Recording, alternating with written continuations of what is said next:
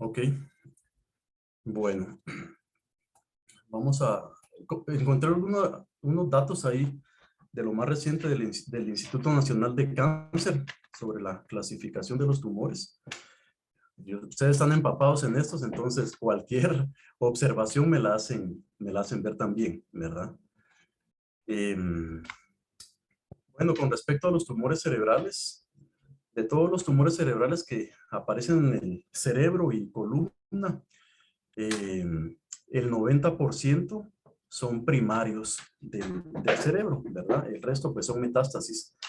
Y según las estadísticas de estos hospitales gringos que llevan unos datos bastante certeros, casi que del total de los que se diagnostican, más o menos un 75 a 80% de los pacientes lamentablemente fallecen, ¿verdad? Esto es por la histología que principalmente se presenta, ¿verdad? Entonces, en Estados Unidos, más o menos un poquito más de 24,000 casos al año, de estos mueren 18,000, y a nivel mundial, más o menos 300,000 casos por año, de los que mueren 250,000 pacientes. Es más frecuente en blancos y en varones. Y en orden decreciente, como lo hemos observado aquí también en Guatemala, los astrocitomas actualmente han venido a prevalecer, ¿verdad? Y hemos visto más paciente joven con astrocitomas agresivos, grado anaplásicos y GBMs, ¿verdad? Aquí en Guatemala se observa eso, como les digo, pero los tumores hipoficiarios son tumores que, a pesar de ser benignos, prevalecen mucho también, ¿verdad? En segundo lugar, ellos ponen los meningiomas, ¿verdad? Los tumores hipoficiarios en tercer lugar. También tenemos una alta tasa de tumores del ángulo pontocerebeloso, principalmente del octavo par, ¿verdad? Schwannomas en otros nervios, es muy raro que hayamos operado aquí. Linfomas, muy poco también, y el resto que ustedes observan aquí, que es menos frecuente. De repente, ependimomas miramos más en columna y algunos en fosa posterior.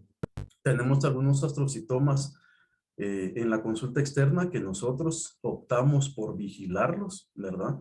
No siempre está disponible la espectroscopía para aclarar y afinar el diagnóstico con estos pacientes.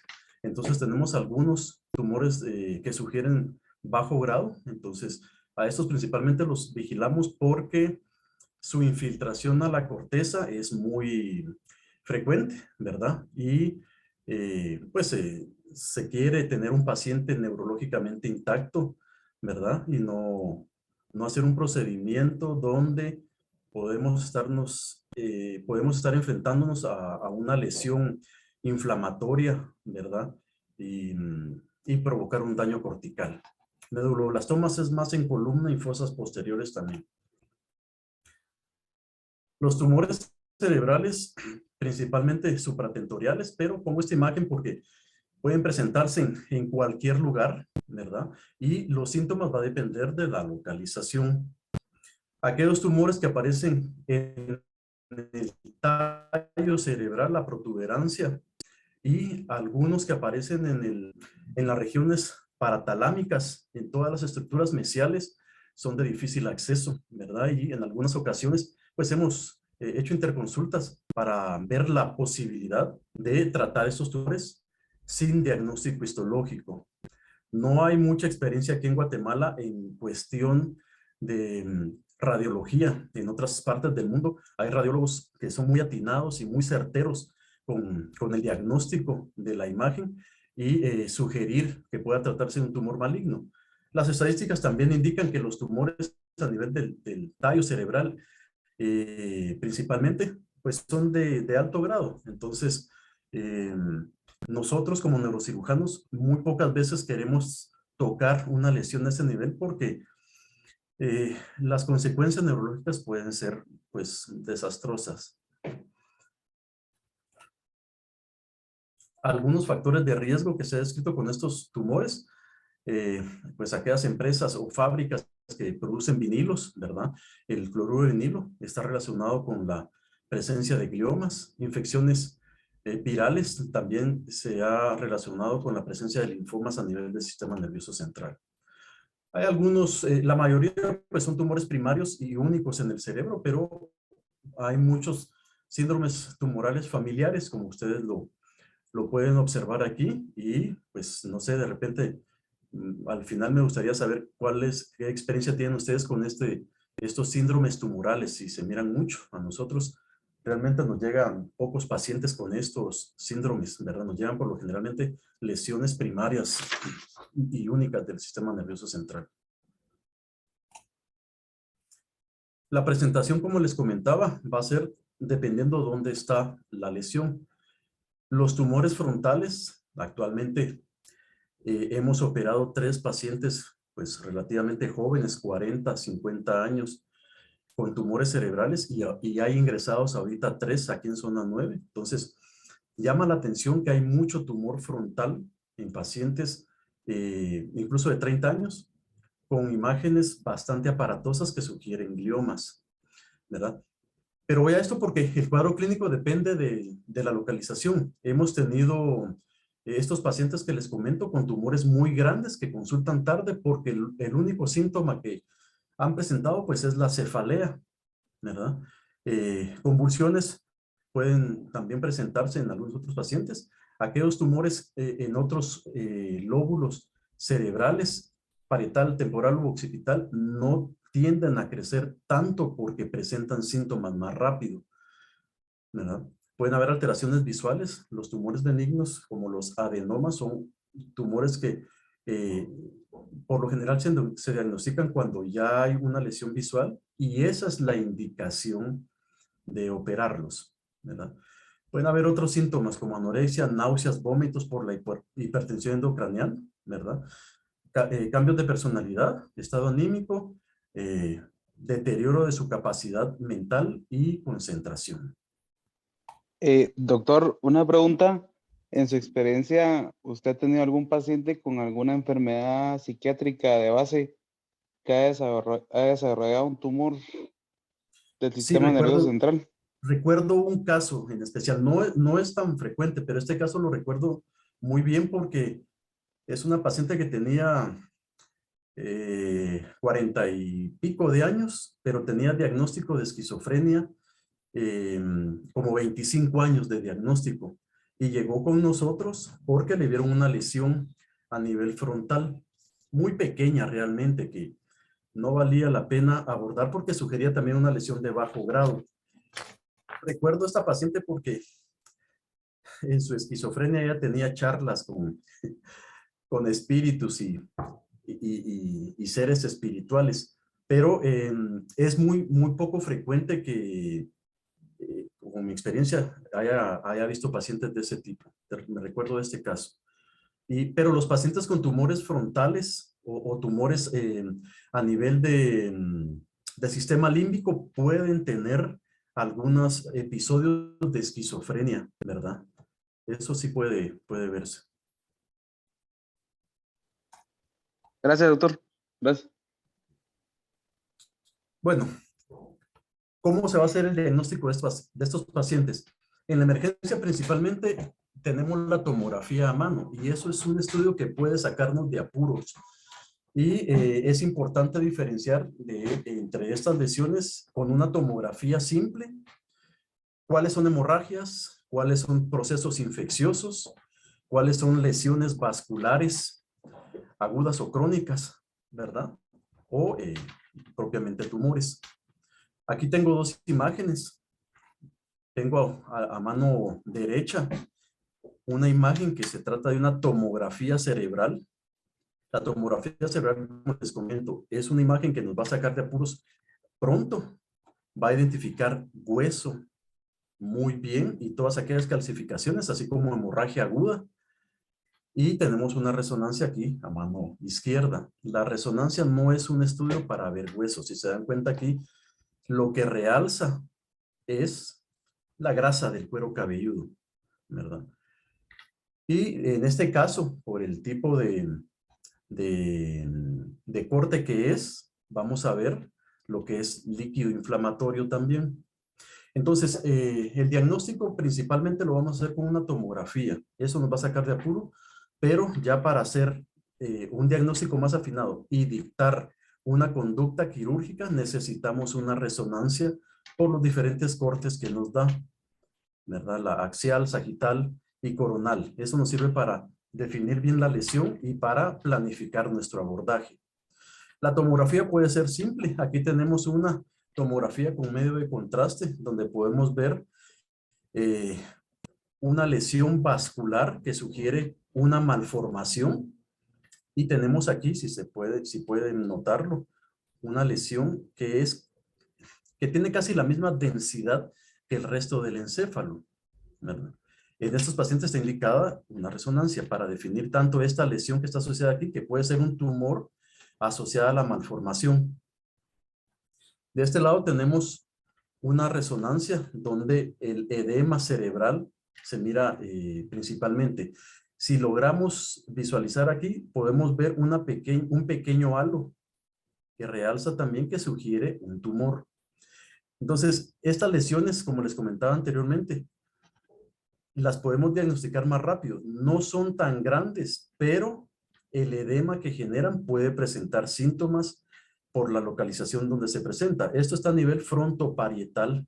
Cuando son frontales puras, pueden tardar más en presentar, en hacerse el diagnóstico, porque pues el lóbulo frontal tolera más el insulto, tolera más la presión, ¿verdad? Pero una resonancia aquí en este caso sugiere que hay un pequeño halo aquí que puede ser una lesión con componente quístico, heterogéneo, y el edema abundante que produce. Pues la tomografía es un estudio que nos ayuda, es rápido, se puede hacer en pacientes que clínicamente están inestables, se visualiza bien lo que son calcificaciones, aquellas lesiones craneanas y hemorragias agudas, y permite hacer un diagnóstico diferencial pronto y establecer un tratamiento pronto. La resonancia pues mejora la resolución de los tejidos blandos, detecta lesiones isodensas, realces de tumor, y también nos ayuda para diferenciar entre edema y estados hemorrágicos, hemorragias o infartos. Hay otro tipo de imágenes que se hacen y nos pueden servir, pero en el caso de los tumores cerebrales, la tomografía y la resonancia con medio de contraste con gadolinio son suficientes. Las tomografías con emisión de positrones, esta tomografía por emisión de fotón único, hay ahora tractografías donde se puede ver todos los haces corticoespinales, son de mucha utilidad principalmente en los gliomas. No está tan accesible aquí en Guatemala, sí hay lugares que los hacen, pero no es tan accesible, ¿verdad? Al menos en lo privado. En el IX, pues no se ha hecho, creo que no tenemos esa posibilidad de hacerlas. Factores pronósticos. Que sí se hacen, pero en la consulta. Por la consulta externa. Sí, en el hospital todavía no tenemos arancel, pero en la consulta yo creo que se dará como unas 2 o 3 semanas en que te lo aprueben y sí, creo que se está manejando Oncomédica nada más, por si tienen algún paciente, lo pueden enviar ahí. Sí, pues fíjate que realmente a nosotros quirúrgicos nos serviría mucho aquí en zona 9, porque en consulta externa llegan pacientes que tienen tumores y ya han sido diagnosticados varias semanas o meses incluso. Y estos pacientes puede hacerse la cirugía obviamente electiva. Aquí en la emergencia viene mucho paciente con glioma que necesitan cirugía urgente, entonces ese estudio sería ideal tenerlo para ver cuánta afección hay, qué tan profundo podemos nosotros llegar para hacer la resección. Pero creo que sería muy útil aquí en zona 9. Es decir, el estudio es más útil en aquellos gliomas grandes, infiltrantes, que generan mucho edema y necesitan una cirugía más rápida. Pero qué bueno que me comentas que aquí en la consulta externa también hay posibilidad de eso. Entonces hay algunos factores pronósticos, como los que se describen aquí, ¿verdad? La metilación del ADN, la mutación de algunos genes, y la codelección de algunos cromosomas, el 1P y el 19P. Factores que también son de mal pronóstico en nuestros pacientes, pues aquellos pacientes con tumores en pacientes de más de 40 años, es un factor de mal pronóstico. Aunque les repito, estamos viendo pacientes con enfermedades muy agresivas en jóvenes, 28, 30 años. Aquellas enfermedades que progresan rápidamente, también su pronóstico no es muy bueno. Tumores mayores de 5 centímetros, que desplazan la línea media, que tienen un gran realce con el medio de contraste, ¿verdad? Histológicamente, pues con una categoría funcional de la OMS mayor a 1 y que producen muchos síntomas neurológicos. Definitivamente la resección de la lesión es un factor pronóstico muy importante. En mi opinión, pues la resección debe ser completa, obviamente sin provocar un daño neurológico en el paciente y empezar un tratamiento adyuvante lo más pronto posible. Por eso nuestra ideología aquí en Zona 9 de algunos neurocirujanos es, ante la sospecha radiológica de un tumor maligno, no egresar al paciente, y en conjunto con patología hemos tenido posibilidades de tener resultados histológicos en 3 a 5 días. Eso es muy bueno para el paciente. Yo sé que a veces hay dificultades en cuestión de proveedores de servicios, pero eso ya es otra historia, ¿verdad? Mi trabajo, yo considero que es hasta encaminarlo con ustedes, con su apoyo, y que reciba su tratamiento lo más pronto. Entonces, una resección macroscópica incompleta va a ser un factor en contra de su supervivencia.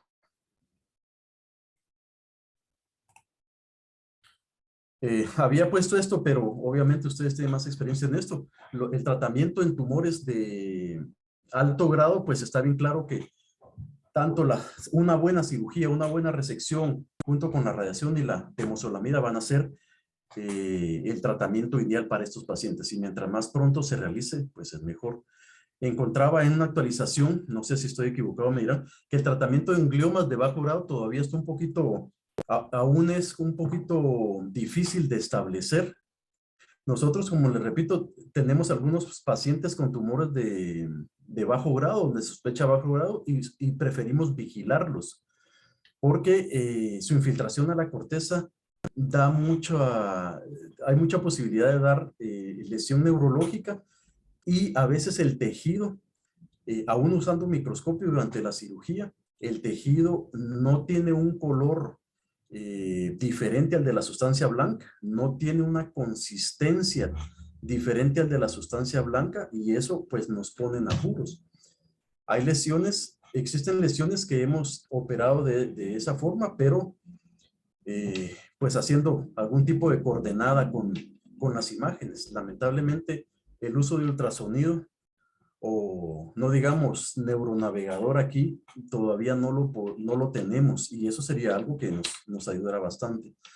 Entonces, mencionaban aquí que el tratamiento en gliomas de bajo grado todavía no estaba como que muy bien establecido, muy claro. Algunos usaban la cirugía nada más, otros se tiraban de una vez a dar la radioterapia sola o en combinación, ¿verdad? Aquí voy a pasar la clase y dejo un par de artículos para que ustedes puedan revisar eso más despacio.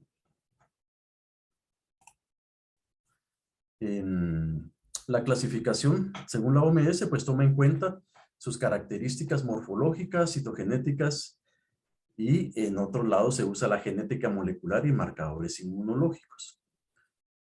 ¿Por qué no se usa el TNM aquí? Pues ustedes lo saben.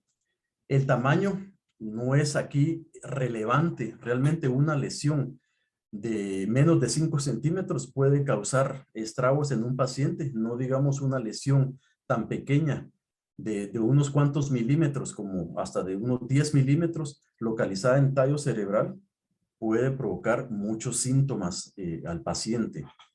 El estado ganglionar pues no corresponde porque no hay un sistema linfático que salga del cráneo ni en la médula espinal. Y la diseminación pues no corresponde porque muchos de estos pacientes lamentablemente antes de presentar metástasis pueden fallecer. Además, no todos los tumores cerebrales van a presentar metástasis. Está descrito que aquellos tumores germinales que aparecen en la región pineal son unos que muy probablemente o tienen más posibilidades de dar metástasis extracraneanas, principalmente a pulmón. Pero de ahí los otros es muy difícil, a menos de que después de la cirugía se interrumpa la barrera hematoencefálica, ¿verdad? O haya una diseminación a los tejidos del cuero cabelludo. Pero entonces no se usa eso. Su clasificación es más morfológica, histológica, ¿verdad? Y con algunos marcadores inmunológicos.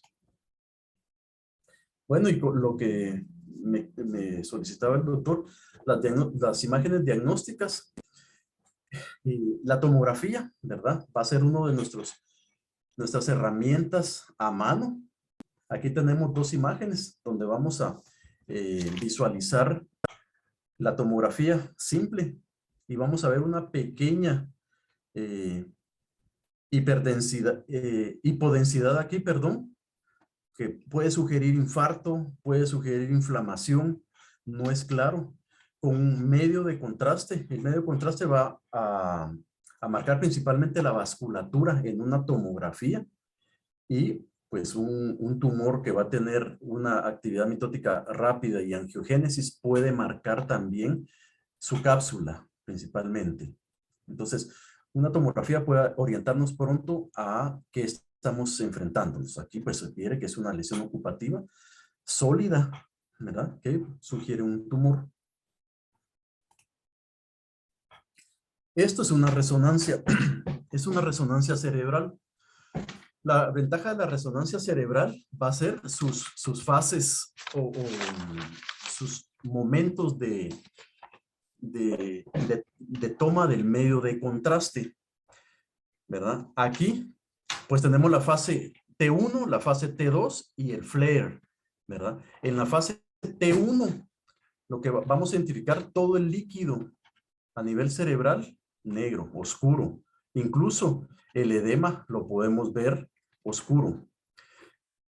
Este es un ejemplo de esto. Aquí es una resonancia simple. Esta es una resonancia con medio de contraste en la fase T1, ¿verdad? Donde se mira el líquido oscuro, todos los surcos. Aquí podemos ver, ya tiene la fase T2, donde todo el líquido cerebral realza y nos delimita mucho mejor la lesión. Y en el flare, pues la lesión sigue en realce, solo que el líquido cerebral se va a hacer hipointenso. Esa es la diferencia entre las tres fases. T1 miramos líquido oscuro, T2 miramos líquido oscuro, líquido claro con realce de la lesión. Y en el flare podemos ver líquido oscuro, como en el T1, pero con el realce de la lesión. Esta es otra resonancia, ¿verdad? Donde podemos ver aquí T1, ¿verdad? El líquido oscuro. Pero esto, aquí pueden ver la simple, ¿verdad? La lesión que muestra necrosis posiblemente, lesiones más antiguas, un poquito más delimitadas, no tan infiltrantes, que sugieren lesiones con un poquito más de tiempo de evolución. Y para diferenciar la anterior, esta miramos que es un poco más pequeña. Miramos que es un poco más pequeña, pero genera un poquito más de edema cerebral aquí a este nivel. Esta es un poco más grande, ¿verdad? Pero el ser heterogéneo, el sugerir que tiene cambio necrótico sugiere que tiene más tiempo, ¿verdad? Que ha crecido un poco más lento. Y eso ha permitido que no se presenten tantos síntomas en el paciente, más que dolores de cabeza eventuales, y eso hace que el paciente pues tome un analgésico y se vaya atrasando el diagnóstico. Entonces aquí en esta secuencia C podemos ver que es una secuencia FLAIR, el líquido oscuro, ¿verdad? Con realce de la lesión. Identificamos la lesión, una zona peritumoral, ¿verdad? Que está alrededor de la lesión. Es decir, una lesión sólida alrededor de lo que es más necrótico.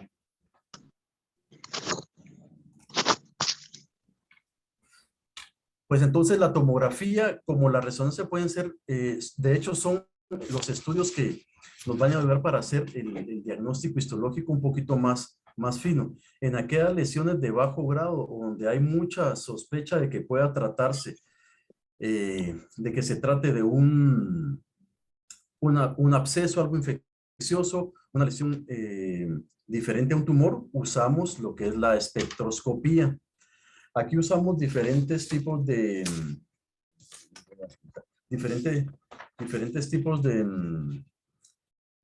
elementos, ¿verdad? La espectroscopía detecta principalmente lo que es la colina, lo que es la creatina, el N-acetilaspartato y uno más que es los lípidos libres. Cada uno de estos va a sugerir de qué tipo de lesión es. Con la colina, pues esta forma parte de los fosfolípidos de las membranas y aumenta con la síntesis de la membrana y la proliferación celular, ¿verdad? Cuando tenemos una espectroscopía que marca alto, ¿verdad? Tiene una imagen alta para citicolina, pues va a hacernos sospechar altamente en una lesión tumoral. La creatina forma parte de la reserva energética celular y permanece constante en la mayoría de las situaciones, por lo que se utiliza como referencia para comparar los picos de los otros elementos. El N-acetil-aspartato, pues es un marcador neuronal y su concentración baja siempre existe cuando hay una destrucción celular, ¿verdad? Entonces, esto también apoya el diagnóstico de un tumor.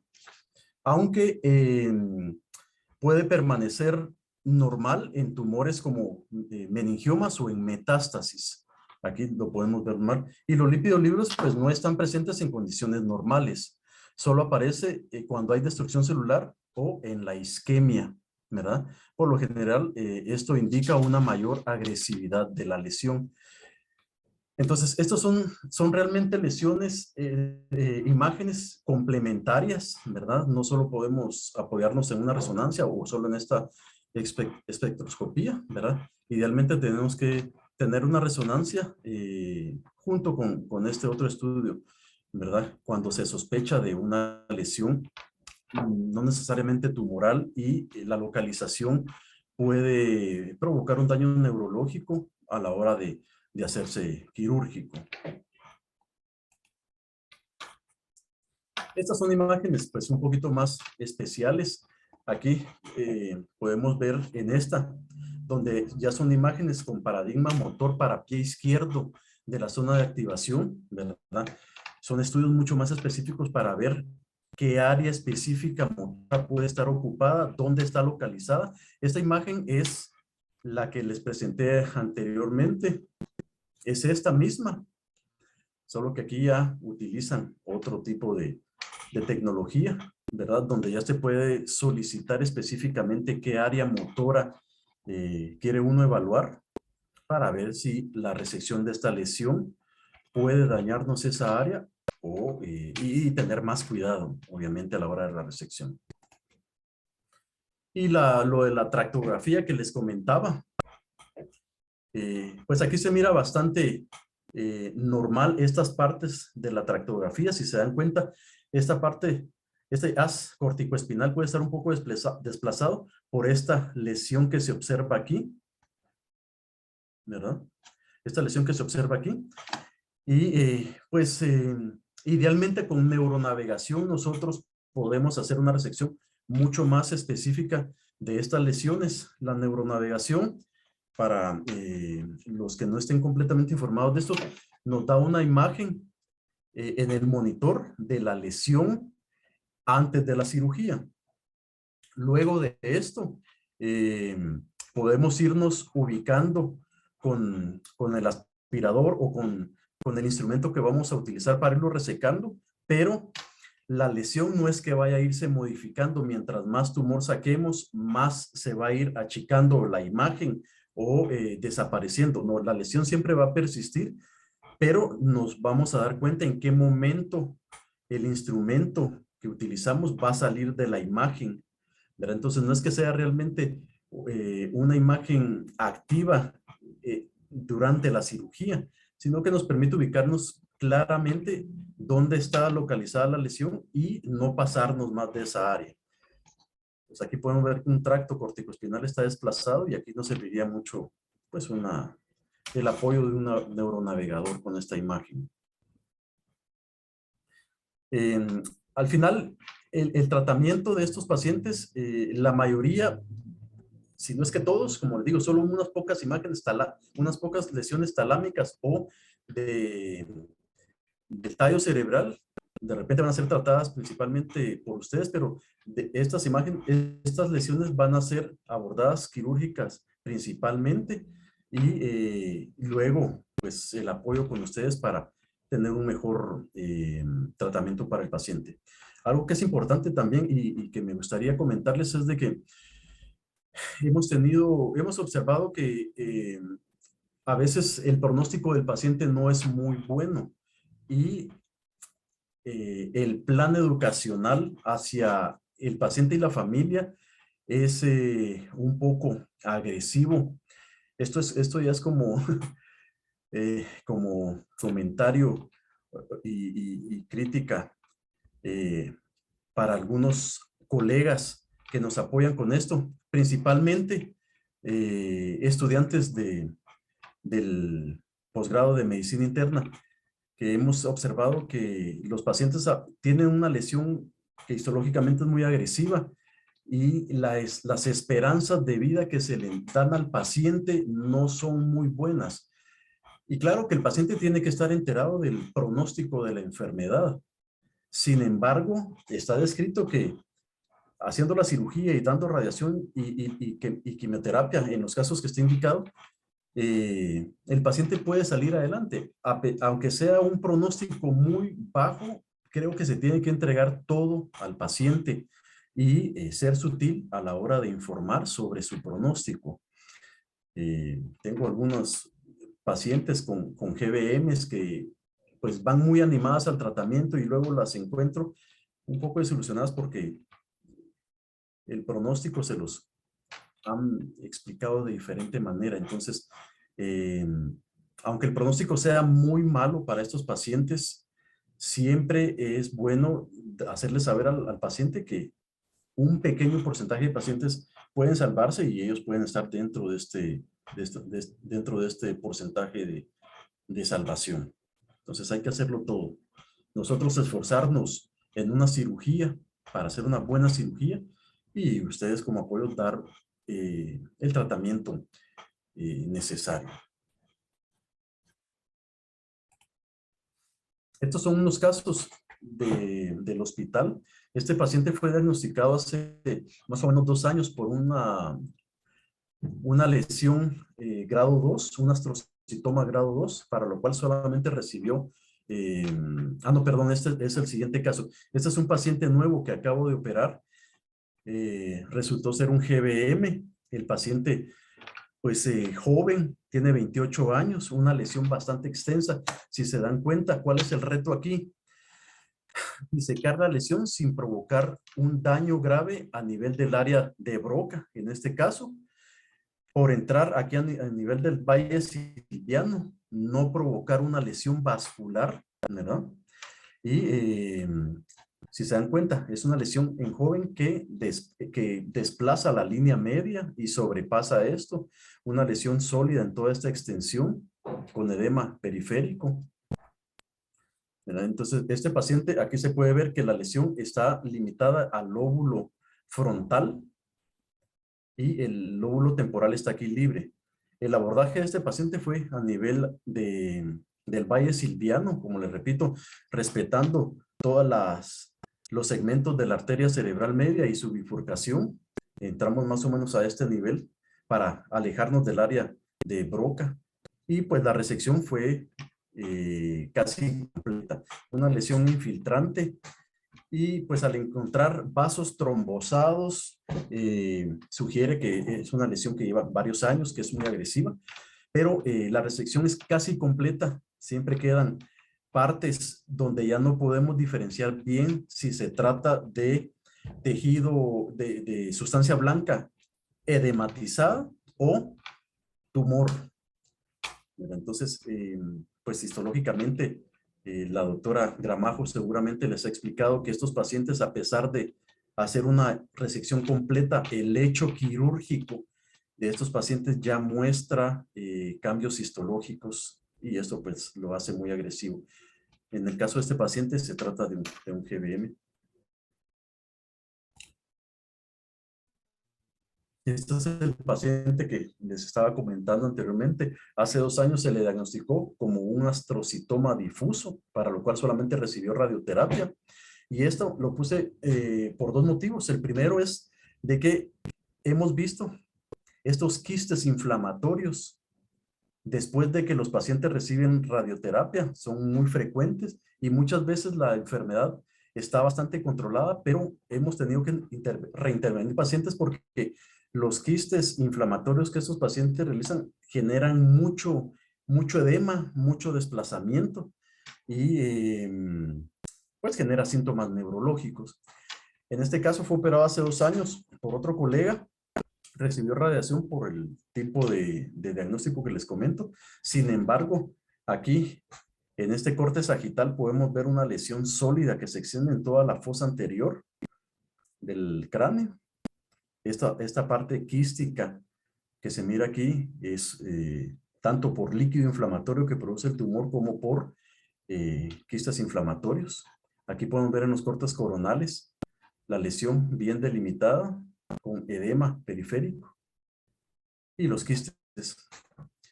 Aquí se mira bastante delimitado, pero como les repito, durante la cirugía es difícil visualizar aún con el microscopio la extensión de estas lesiones. Este paciente ahora tiene un diagnóstico de glioblastoma multiforme. También es un paciente de menos de 30 años, ¿verdad? Que ya fue atendido por ustedes en nuestra consulta.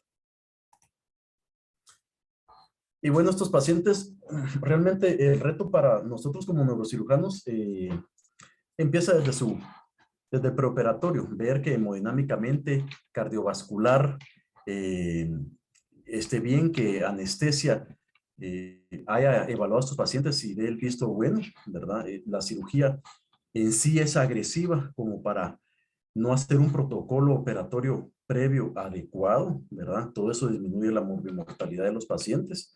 Esta es una paciente a la que se le resecó un linfoma de la región pineal. Esta es la posición que usamos en estos pacientes, el cabezal de Menfield sosteniendo, usamos el microscopio. Es un instrumento muy bueno, pero como les repito, en tumores delimitados, como en meningiomas, en este caso el linfoma, son instrumentos que nos ayudan mucho porque podemos ver y visualizar muy bien el tejido sano, ¿verdad? No en aquellos tumores infiltrantes. Y el reto, este fue un abordaje interhemisférico. El reto en este caso, no lesionar el seno longitudinal que está aquí, el flap de dura madre que se observa aquí, se lanza hacia la línea media protegiendo el seno longitudinal y no lesionar la corteza cerebral. Sana, intacta, un poco de sangre que infiltra a nivel subaracnoideo, pero realmente esta paciente le faltó para el linfoma que presentó. Y bueno, no sé si tienen alguna pregunta o comentario.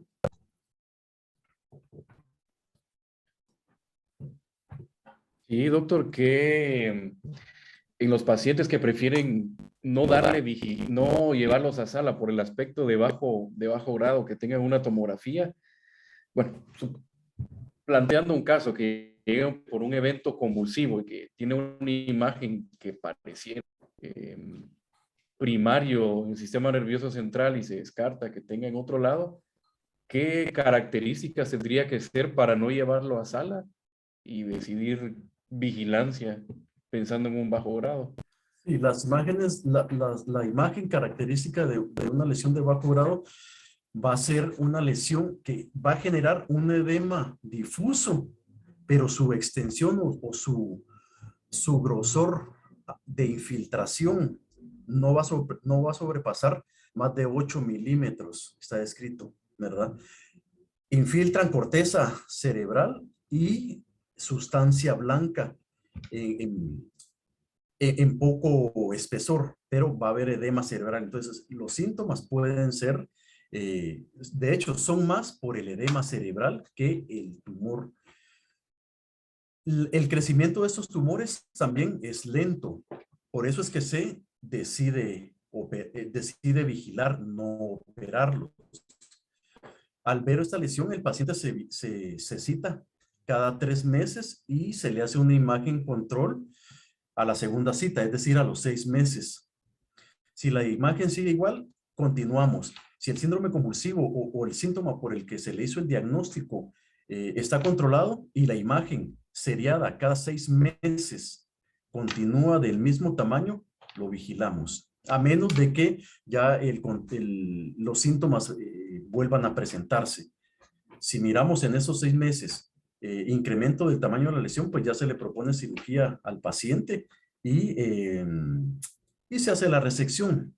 Siempre tratamos de hacer una resección subcortical para no provocar lesión, pero como te repito, las características macroscópicas de estos tumores no son tan fáciles, ¿verdad? Quirúrgicamente son complejos porque no existe diferencia en consistencia como en un tumor como el que les tengo aquí en la pantalla, que son duros o partes muy aspirables incluso. El color, no hay diferencia en una lesión de bajo grado con la sustancia blanca. Pero lo que preguntas es válido y es bien importante porque muchas lesiones van a tener degeneración hasta transformarse en un GBM. Y la mayoría son así. Van a ser muy pocos aquellos tumores in situ, les llamamos, que ya nacen histológicamente agresivos, ¿verdad? Un anaplásico o un GBM. Entonces, en los pacientes jóvenes, como el caso como este caso, por ejemplo, paciente de 28 años con una lesión de este tipo, nosotros asumimos que es una lesión in situ, ya es una lesión histológicamente agresiva desde su origen. No dio tiempo, como en un paciente viejo, ¿verdad? Con un GBM, podríamos posiblemente haber tenido un diagnóstico muchos años antes, porque son lesiones que posiblemente fueron degenerando, ¿verdad? Entonces, un paciente joven con una lesión histológica agresiva, su pronóstico lamentablemente es muy, muy malo. Entonces, se prefieren vigilar, ¿verdad? Uh-huh.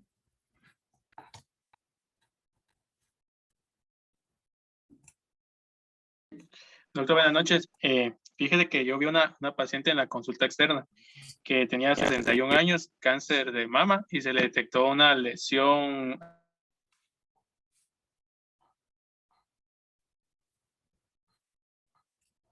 a nivel del sistema nervioso central. Y eso fue en febrero del 2020. Imagen donde ha salido que es sospechoso de glioblastoma. Entonces, la paciente está asintomática. En estos casos, si fuera una metástasis, yo creo que ya no estaría, pero en estos casos, como la paciente está asintomática, sería de seguir vigilando, porque como no tenemos ningún diagnóstico histológico, solo el antecedente de cáncer de mama, entonces que seguiría todavía en vigilancia, sería la pregunta. Pero esta es una paciente que tuvo SEA de mama y ahora se sospecha que tiene otro primario cerebral.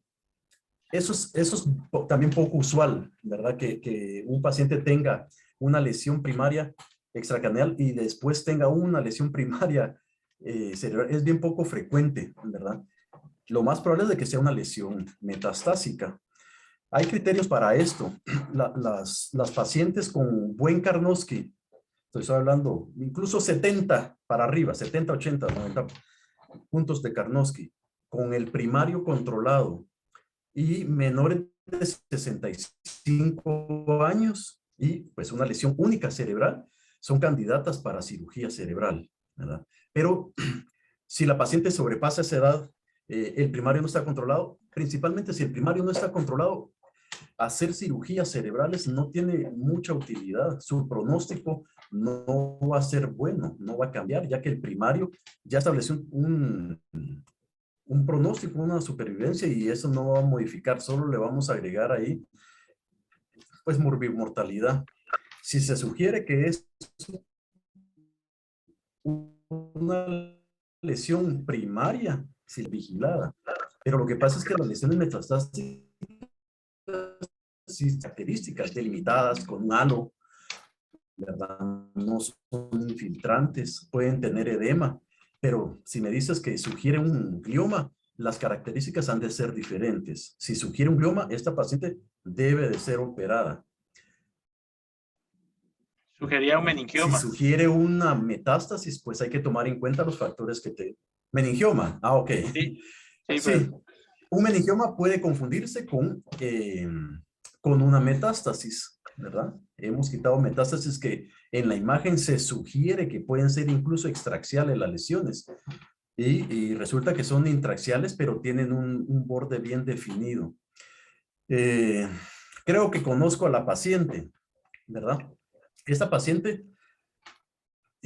por los criterios que te comentaba, cuando son mayores de 65 años y el Karnowski no es muy bueno, se sugiere dar radioterapia holocraniana, obviamente en este caso, no solamente la lesión, se sugiere dar tratamiento de radioterapia holocraniana. Si se sugiere una meningioma, es que esto tiene que ver también mucho con la interpretación del radiólogo, ¿verdad?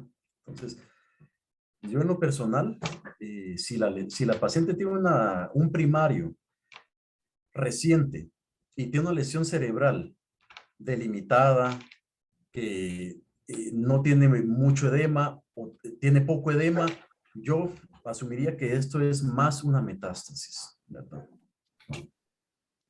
No tendría mucha utilidad, como te digo, ser llevada a quirófano si no cumple con todos los criterios que anteriormente te comenté. Sí, pues, yo creo que ya casi lleva 2 años con esa lesión. Sí, Sí. Buenas noches, doctor. la doctora. Buenas noches. Fíjese que el problema que tenemos en ese punto es que muchas veces radioterapia nos pide una biopsia, cuando no podemos definir mucho. Inusualmente esta última rotación para el Centro Médico Militar hubo pacientes HER2 positivo, como 4 casos que tenían el resto del cuerpo controlado, pero tenían lesiones cerebrales. Entonces ellos nos piden que quieren biopsias para poderla radiar, y esa es como la controversia que tenemos, ¿verdad? Porque ir como solo a tomar una biopsia, si es abordable quirúrgico, pues sería como quitarlo. Sí, y el asunto que en el caso de lesiones intracraneales, pues ese concepto de biopsia no tendría que aplicarse mucho, porque si abrimos un cráneo, manipulamos dura madre y manipulamos cerebro, realmente la lesión tendría que venir a quitarse completamente, ¿verdad? Pero someter al paciente a una cirugía, a una anestesia, a una manipulación cerebral con riesgo de sangrados, o hacer una craneostomía nada más y tratar de funcionar, es mucho riesgo para el paciente, de sangrado principalmente, edema cerebral. Por eso los procedimientos a nivel de cráneo, como se deben hacer, es craneotomía, abrir, visualizar la lesión, ya que estamos ahí, idealmente hay que quitarla. Pero está estudiado que al final estos pacientes necesitan radioterapia holocraniana, no radioterapia locorregional, ¿verdad? Entonces, venir a resecar esa lesión, si todo sugiere que puede ser una metástasis, creo que va a ser nuestro punto de desacuerdo muchas veces, ¿verdad? Específicamente en esta paciente que me comenta Pedro, yo recuerdo que se le había propuesto cirugía porque al parecer hubo problemas de proveedores para radioterapia unas semanas, ¿verdad? Sí, así es, doctor. ¿Verdad? Entonces, pues ahí se le había propuesto la cirugía, pero si tuviéramos radioterapia en todo momento, lo mejor con estas pacientes es radiarlas, ¿verdad? El paciente tiene mejor pronóstico y tiene menos riesgo de una complicación. Al final, doctora Elena, yo creo que estos casos debemos de comentarlos cada caso.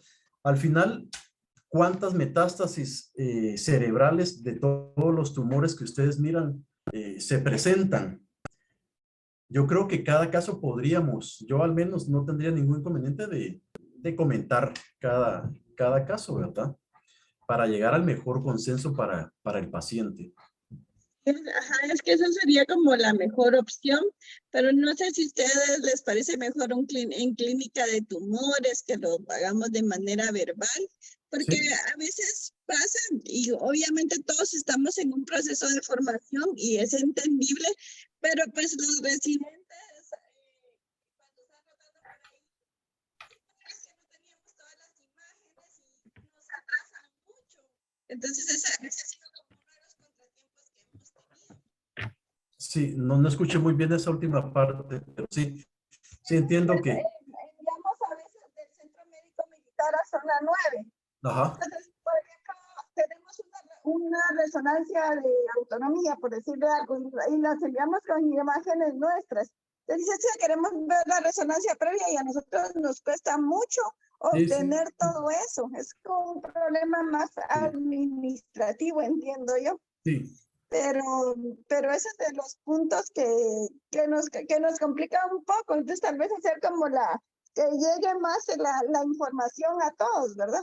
Sí, como una clínica de tumores podría ser. Sí, se puede hacer. De repente, yo no tengo ningún inconveniente y seguro los colegas neurocirujanos tampoco, pero hay que tomar en cuenta estos factores que les comento. Karnowski adecuado, edad menor de 65, primario controlado y como les repito, idealmente una lesión solitaria.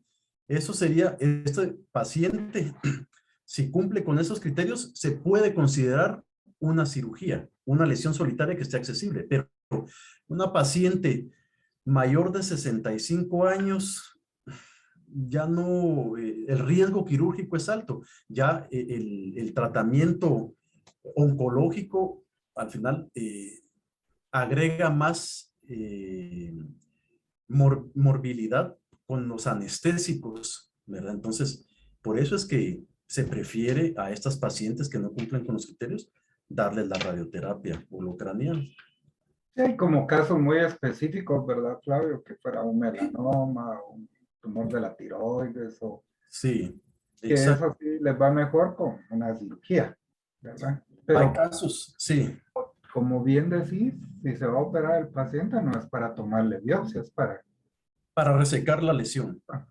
¿verdad? Pero en aquel paciente que tiene un cáncer de mama, HER2 positivo, que sabemos que el 15% de los pacientes recurren a nivel del sistema nervioso central y que la enfermedad de cáncer de mama es la metástasis la que mata, pues a este paciente yo no le vería tanto objetivo ni de resecar, ni de tomar una lesión, ni de tomar una biopsia de la lesión, pues ya sabemos que lo más probable es que eso Y pueda... lo más probable y al ¿verdad? final se para radiando porque, es decir, si nos confirma la metástasis, hay que darle su radioterapia holocraniana, ¿verdad?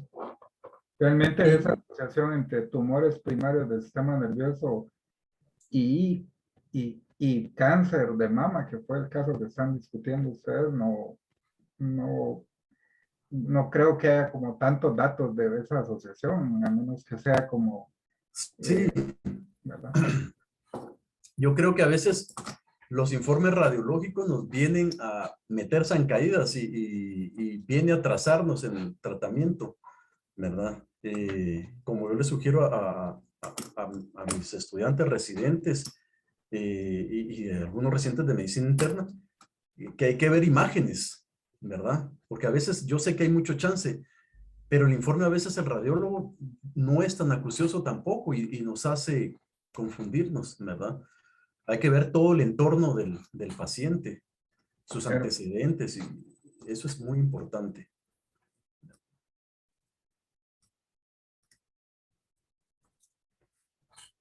¿Algún comentario? Ahorita te falta todavía, Flor. No, ahí Ya termino. estamos. Sí. La parte de preguntas, no sé si ustedes tuvieran alguna pregunta más, Luis o doctora. Porque fíjate que a mí se me quedaron unas. Voy a aprovechar para hacerte todas las que me han dado. ¿Cómo es lo que diferencian ustedes una lesión es extradural o intradural? O sea, eso es como algo que me ha quedado. ¿A nivel cerebral? ¿Sí? ¿O intradural o extradural? ¿Sí? Bueno, mira. Oigo a los patólogos que dicen, es que eso es una lesión extradural, pero... Pero ese término, fíjate que lo usamos más en columna. Ah, ya. Usamos el término intradural extraxial o intradural intraxial. Eso se utiliza más en columna. A nivel cerebral, ese término no se utiliza. Se utiliza para las hemorragias intra o extradurales, ¿verdad? Intradural decís, ¿verdad? Dural. Sí. ¿Sí? Sí, es que la doctora Marisol usó esa. Pero no fue intraxial el término. Pues probablemente.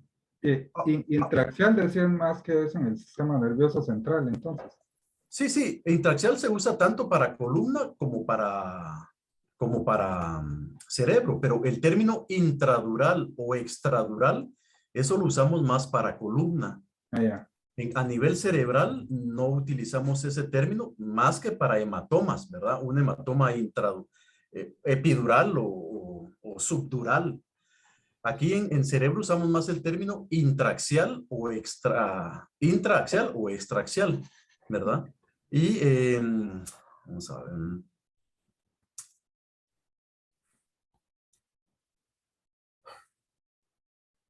Sí, aquí casi que todas las imágenes que tengo son intraaxiales.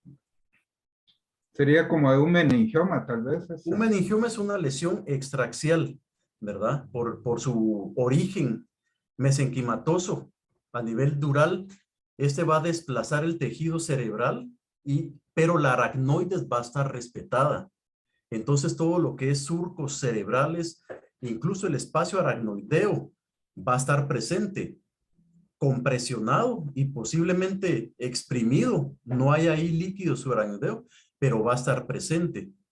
En cambio, una lesión intraaxial, si se dan cuenta aquí, esto se mezcla con el tejido neuronal, y esto es lo que, a esto se refiere intraaxial, ¿verdad? Por ejemplo, los meningiomas, los adenomas, a nivel de fosa posterior tenemos los schwannomas.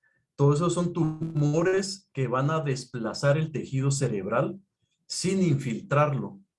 En cambio, los oligodendrogliomas, los astrocitomas principalmente, son tumores intraaxiales que se mezclan con la sustancia blanca e incluso la corteza, pero pueden ser limitados por la aracnoides, como este caso.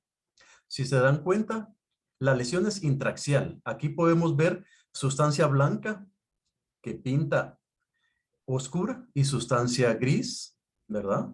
Que pinta clara.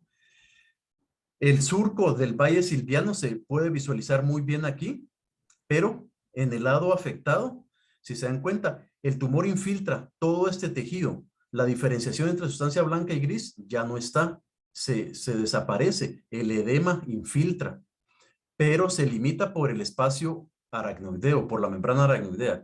El lóbulo frontal finaliza aquí y el lóbulo temporal está respetado, ¿verdad? Entonces es intraaxial, pero siempre se limita por las aracnoides. No lo va a sobrepasar. En cambio, pero está por dentro, digamos, por dentro de la aracnoides y el tejido de sostén del cerebro. En cambio, los tejidos extraaxiales están fuera de la aracnoides y muchas veces son respetadas, ¿verdad? Esa es la diferencia entre intraaxial y extraaxial. Ya. La otra es que si podías extenderte un poco más en lo del neuronavegador, si hay aquí en Guate o... Sí, aquí en Guate hay. De hecho, ahorita estamos solicitando uno para el IX. Y han venido aquí, pues, alguna empresa que quiere darlo en servicio al IX. Pues, vamos a ver si encontramos una... Voy a dejar de compartir.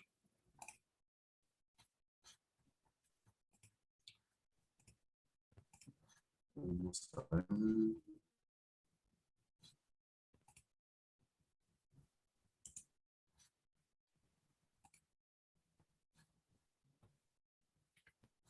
Bueno, el neuronavegador al final es un... Quiero enseñarles unas imágenes. Este aparato se programa. Es una consola que utiliza una frecuencia, ¿verdad? Una radiofrecuencia. Y entonces se tiene que calibrar al paciente dependiendo de la lesión, de la localización de la lesión. Para calibrarlo se pone un dispositivo a nivel de la lesión. Otorrino también lo utiliza mucho, ¿verdad? Por lo general es la nariz y eso ya localiza la estructura del cráneo en este caso, ¿verdad? Ya sea otorrino o cráneo.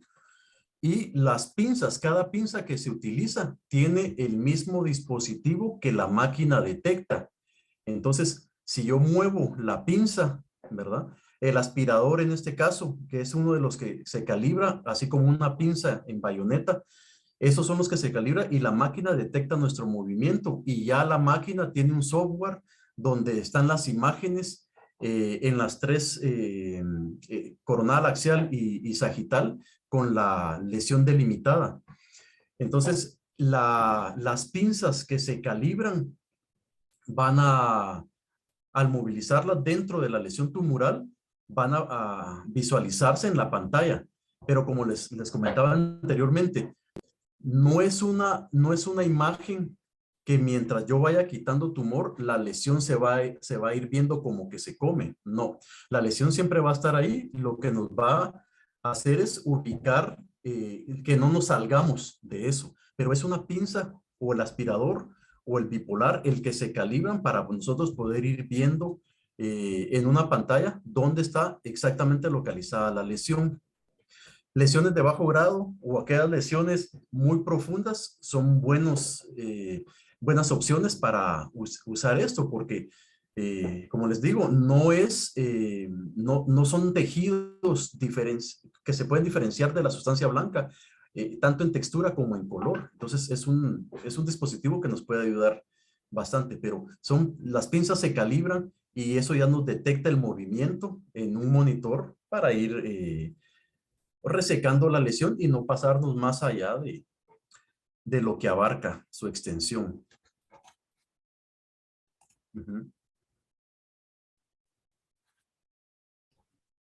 Y lo otro es de la cirugía estereotáctica.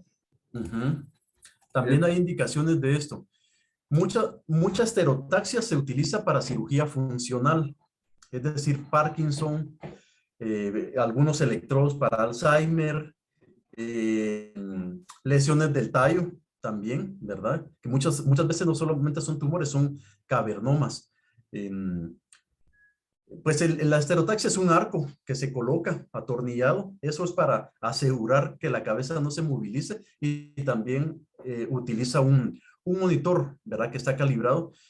Pero las indicaciones es más que todo tumores extraaxiales, tumores de gran volumen, pues no tiene mucha utilidad. Se puede utilizar también en malformaciones arteriovenosas, ¿verdad? Que también tienen su indicación las quirúrgicas. que son pocas. Según la clasificación de Martin Spetzer, las grado 1 y algunas grado 2 podrían ser quirúrgicas. La mayoría se mandan a radiar y ahí es donde se utiliza la estereotaxia, porque algunas lesiones están en áreas elocuentes o su drenaje venoso es muy grueso. Entonces, el haz de radiación tiene que ser exacto y para eso se utiliza la estereotaxia. La estereotaxia, en resumen, es para radiar lesiones muy pequeñas, ¿verdad? O muy profundas en áreas elocuentes. Ujú. Tu micrófono, Hugo. No es para tomar biopsia, entonces, ¿sabes? Se puede tomar biopsia en algunas lesiones como en el tallo cerebral, pero en otras partes del mundo, los asiáticos, principalmente japoneses y algunos pakistaníes, han sido muy agresivos ahora y han hecho cirugía abierta en lesiones muy pequeñas, incluso del tallo. Pero se puede usar para tomar biopsia en lesiones profundas, igual, ¿verdad? No está como para resecar una lesión, es para tomar biopsias, pero aquí el aspecto de biopsia sí se podría aplicar, pero porque son lesiones donde la resección puede provocar una lesión severa, ¿verdad? El déficit neurológico puede ser severo. Y fíjate que por último, Flavio, para dejarte ahí tranquilo, Ujú. es que siempre desde el punto de vista de medicina interna, y yo no sé si los colegas estarán de acuerdo, fíjate que tenemos la misma percepción que neurocirugía tiene de los internistas, ¿no? Realmente Ok. uno prepara al paciente para la cirugía y cuando lo mandas a la consulta, ah, dice el doctor que no se puede o que me va a dejar muy, muy mal. Ujú. Esa es la parte que yo te digo ha sido como la experiencia nuestra. Y qué bueno que vos estás refiriéndote, que ustedes tienen la experiencia contraria, porque eso sí quiere decir que debemos de juntarnos más para discutir estos casos, Esos casos. ¿verdad? Porque la otra cosa que como estamos cordiales, ¿verdad?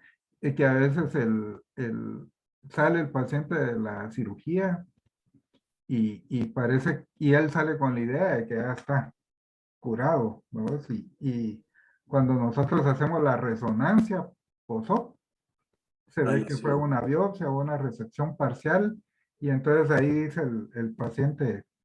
Entonces, lo que quiere decir eso, yo estoy de acuerdo con vos en que el plan educacional debe ser extenso, ¿verdad? Y amplio para resolverle al paciente y para saber cuáles son sus expectativas en realidad, Claro. ¿verdad? Claro, al final una buena resección va a tener más posibilidades de éxito Claro, con el tratamiento. Sí, te entiendo ese punto. Bueno, tiene que ver mucho aquí la experiencia del cirujano. Al final, pues todas las lesiones cerebrales se pueden resecar realmente. Que yo no pueda resecar algunas no significa que no lo pueda hacer otro o pintarle el panorama al paciente de que va a quedar neurológicamente malo o vegetal, como algunos pueden comentar.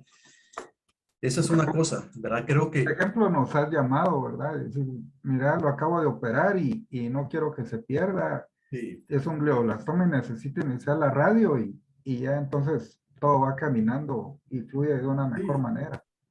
sí, al final es el mejor beneficio para el paciente. Entonces, sí hay algunas cositas que yo sé que ya depende de cada uno. Y por eso discutir casos en conjunto sería lo ideal.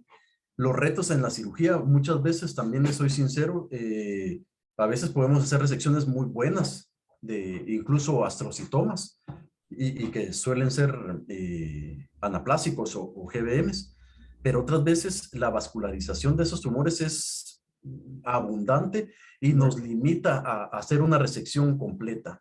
Aunque querramos, muchas veces estamos conscientes de que dejamos tumor, ¿verdad? Bueno, Pero eso se entiende, pues es un área muy, sí, pero sí, tal vez nos falta esa comunicación.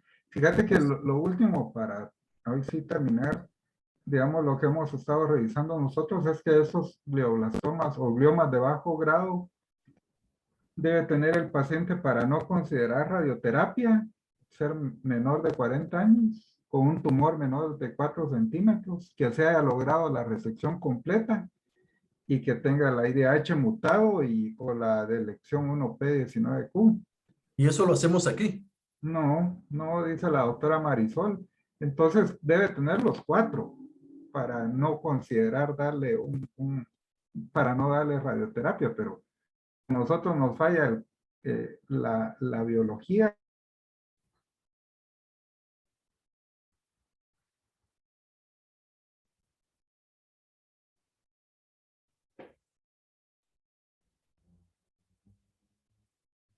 No al seguro, sino que a Guatemala, porque no hay disponibilidad de las pruebas.